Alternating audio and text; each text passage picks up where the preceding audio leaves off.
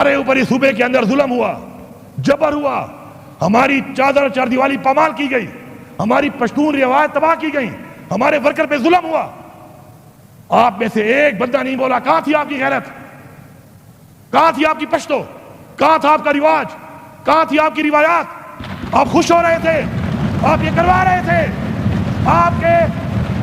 آپ کے وہ نمائندے جو الیکشن لڑ رہے تھے وہ نام بتا بتا کر بربلا کہہ رہا ہوں، آئی ایس آئی کو، ایم آئی کو، پولیس کو نام دے رہے تھے، اٹھاؤ اس کو، اٹھاؤ اس کو، اٹھاؤ اس کو، دوبارہ ریپیٹ کر رہا ہوں، بربلا کہہ رہا ہوں، آئی ایس آئی، ایم آئی اور پولیس کو آپ کے لوگ نام دے رہے تھے اور ہمارے لوگوں کو انہوں نے اٹھایا اور بار بار اٹھایا، تشدد کیا۔ کہاں تھی آپ کی غیرت، کہاں تھی آپ کی جمہوریت؟ یا کلمہ اٹھا کے کہہ دو کہ ایسا نہیں ہوا۔ میں کلمہ اٹھا کے کہتا ہوں کہ بسم اللہ الرحمن الرحیم، لا الہ الا اللہ محمد رسول اللہ، ایسا ہوا ہے، ایسا ہوا ہے۔ السلام علیکم ناظرین، علی امین گنڈا پور جیل سے رہا ہوتے ہی اسمبلی پہنچ گئے۔ آرمی چیف کی موجودگی میں دعویٰ بول دیا اور کہنے لگے عمران خان مجھ سے جان مانگے، میری جان بھی اس پہ قربان ہے۔ عمران خان کے ایک حکم پر میں نے استعفیٰ دے دیا۔ اگر عمران خان کہے کہ اڈیالہ جیل آ پہنچو تو اڈیالہ جیل کی سلاخیں اتنی مضبوط نہیں ہیں، میں پھر وہاں پہ وہ کرتا جو تاریخ رقم ہو جاتی۔ آئے ناظرین، سب سے پہلے یہ زبردست اور سنسری خیز ویڈیو دیکھتے ہیں، پھر اس کے اوپر بات کریں گے۔ 65 ارب 76 سالوں میں، اور اب میں بتاتا ہوں آپ کو ایک ایک فگر کہ کتنا گنجائش تھی، کتنی گنجائش تھی ہمارے صوبے میں، اور مزید گنجائش ابھی بہت زیادہ اور بھی ہے جو وقت کے ساتھ ساتھ انشاءاللہ آپ دیکھیں گے۔ اب تک کے مطابق اس صوبے کے اکاؤنٹ میں جو صرف ایک اکاؤنٹ ہے جو ہم نے بنایا ہے قرضہ اتارنے کا، ڈیٹ انڈومنٹ اکاؤنٹ، اس میں اس وقت 150 ارب کیش پڑا ہوا ہے، جس سے ہمیں روزانہ کی جو آمدن ہے وہ 6 کروڑ روپے آ رہی ہے، روزانہ کی آمدن۔ اس کے علاوہ اگر کوئی یہ کہتا ہے کہ ہم نے پیسہ لگایا نہیں ہے تو وہ فگر بھی موجود ہیں۔ ہمارا ایلوکیشن اے ڈی پی کا تھا 120 ارب کا۔ آج تک آپ تاریخ دیکھ لیں، کبھی بھی کسی حکومت نے اپنی ایلوکیشن جو رکھی ہے کبھی وہ بھی پوری نہیں دی۔ اس صوبے کا ریکارڈ ہی موجود ہے۔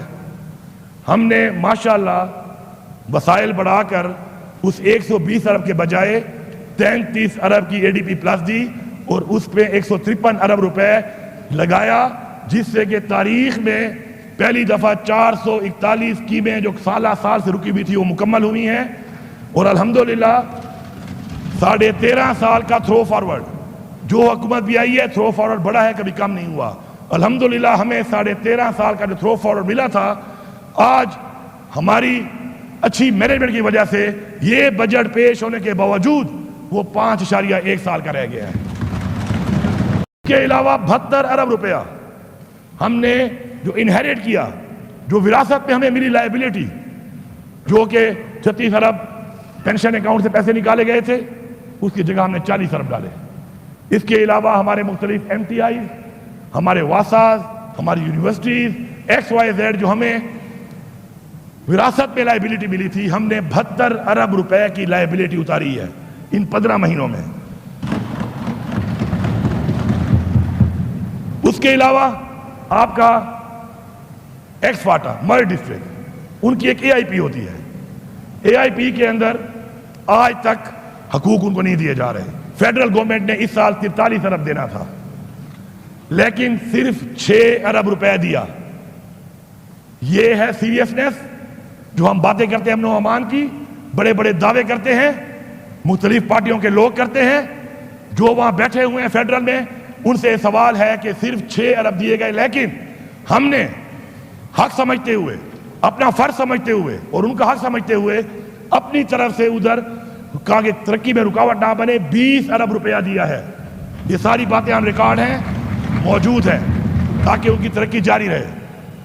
اس کے بعد 2 دفعہ ہم نے رمضان اور عید پیکج میں 10 ارب روپیہ کیش لوگوں تک پہنچایا ٹرانسپیرنٹ طریقے کے ساتھ۔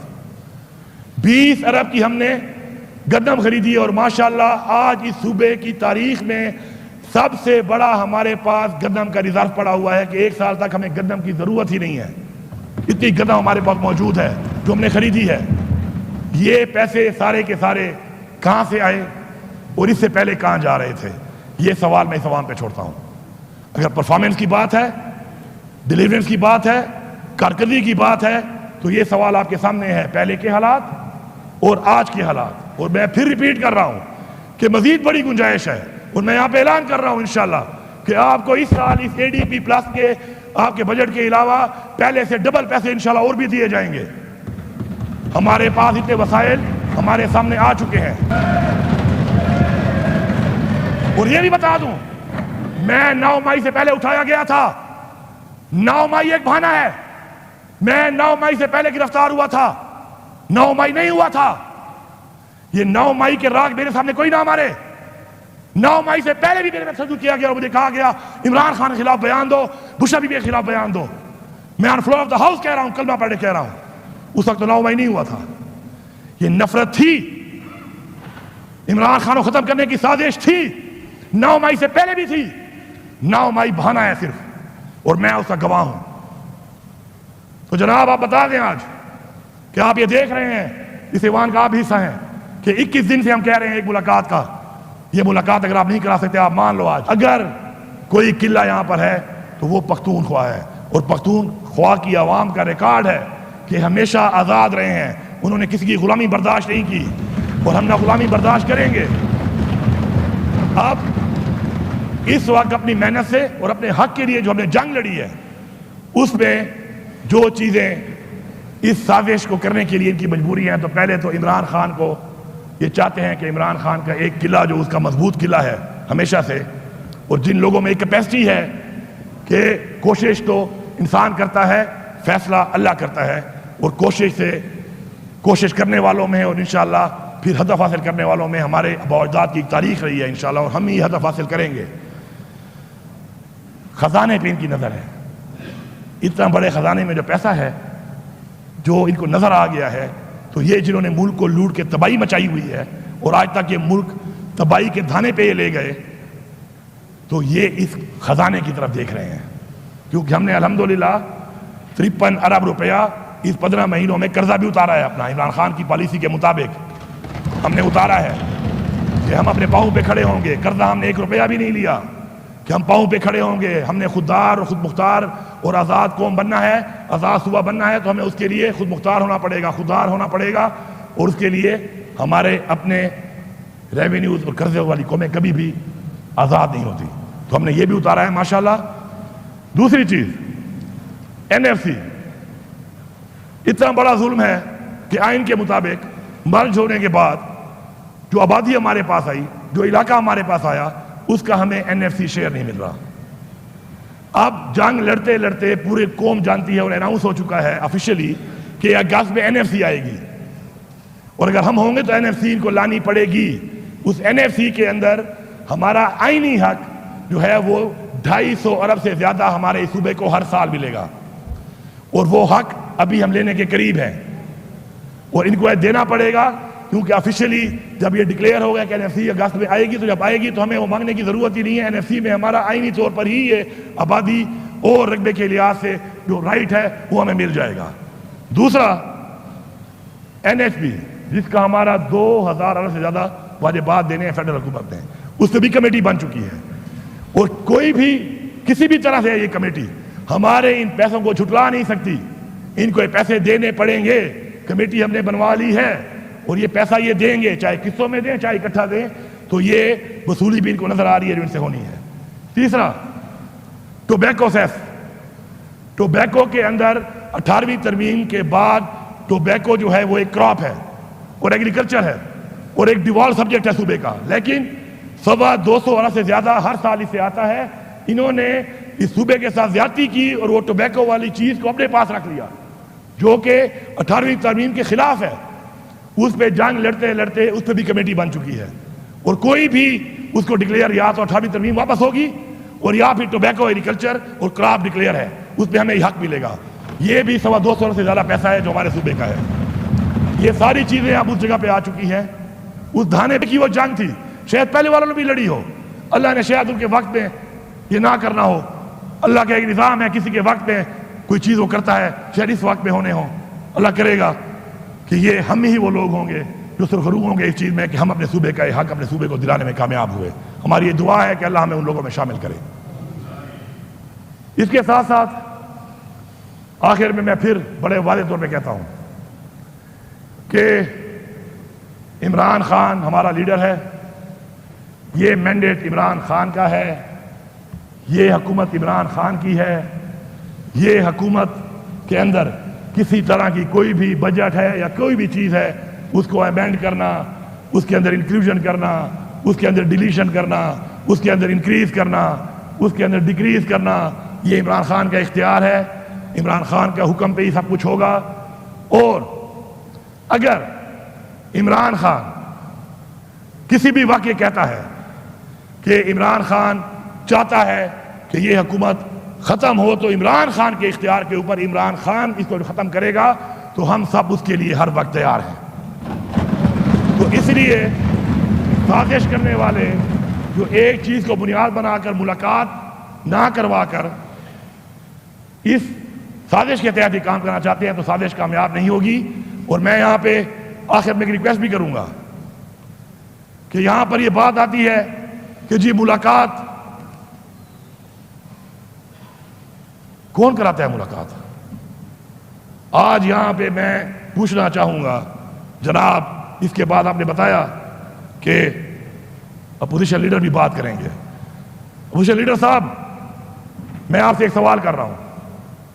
میرا سوال یہ ہے کہ آپ کہیں بیٹھے ہوئے ہیں لوگوں نے, آپ کی پارٹیوں نے خود میڈیا پہ کہا کہ انٹرم گورنمنٹ جو بنی تھی اس میں ہمارے اتنے منسٹر تھے, اس کے اتنے منسٹر تھے, ہمارے اتنے منسٹر تھے.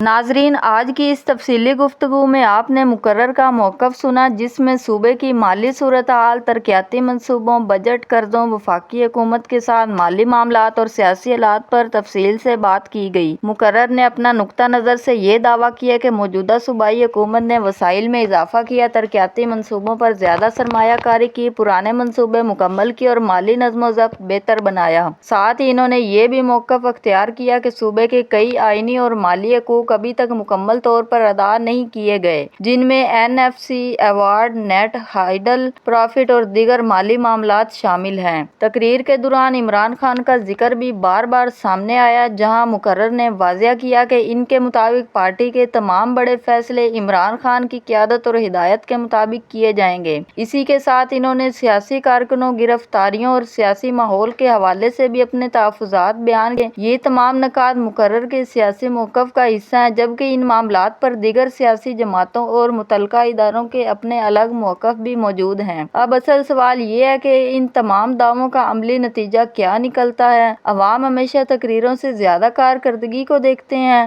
اگر ترقیاتی منصوبے وقت پر مکمل ہوتے ہیں, اگر صحت, تعلیم, سڑکوں, روزگار اور دیگر بنیادی سہولیات میں بہتری آتی ہے تو یقیناً عوام خود اس تبدیلی کو محسوس کریں گے. لیکن اگر عمل نتائج سامنے نہ آئیں تو پھر اپوزیشن کی تنقید بھی اپنی جگہ اہمیت رکھتی ہے. یہی وجہ ہے کہ جمہوری نظام میں حکومت اور اپوزیشن دونوں کا کردار اہم ہوتا ہے. پاکستان اس وقت جن معاشی اور سیاسی چیلنجز سے گزر رہا ہے, ان کا حل صرف الزامات میں نہیں بلکہ عملی اقدامات میں ہے. عوام کی خواہش یہی ہوتی ہے کہ مہنگائی میں کمی آئے, نوجوانوں کے لیے روزگار کے مواقع پیدا ہوں, سرمایہ کاری بڑھے اور ہر صوبے کو اس کا آئینی حق ملے. اگر تمام سیاسی قوتیں آئین اور قانون کے دائرے میں رہ کر مسائل کا حل تلاش کریں تو اس کا فائدہ پورے ملک کو پہنچ سکتا ہے. آخر میں فیصلہ ہمیشہ عوام نے کرنا ہے. عوام ہی ووٹ دیتے ہیں, عوام ہی حکومت منتخب کرتے ہیں اور عوام ہی چند سال بعد اس کارکردگی کا حساب بھی لیتے ہیں. اسی لیے ہر حکومت پر یہ ذمہ داری عائد ہوتی ہے کہ وہ صرف دعوے نہ کرے بلکہ اپنے وعدوں کو عملی شکل بھی دے. اسی طرح اپوزیشن کی بھی ذمہ داری ہے کہ وہ تنقید کے ساتھ ساتھ مثبت تجاویز بھی پیش کریں تاکہ جمہوری عمل مضبوط اور عوام کا اعتماد برقرار رہے. ناظرین, آپ کی رائے ہمارے لیے انتہائی اہم ہے. اس پوری تقریر اور آج کی گفتگو کے بارے میں آپ کیا سوچتے ہیں؟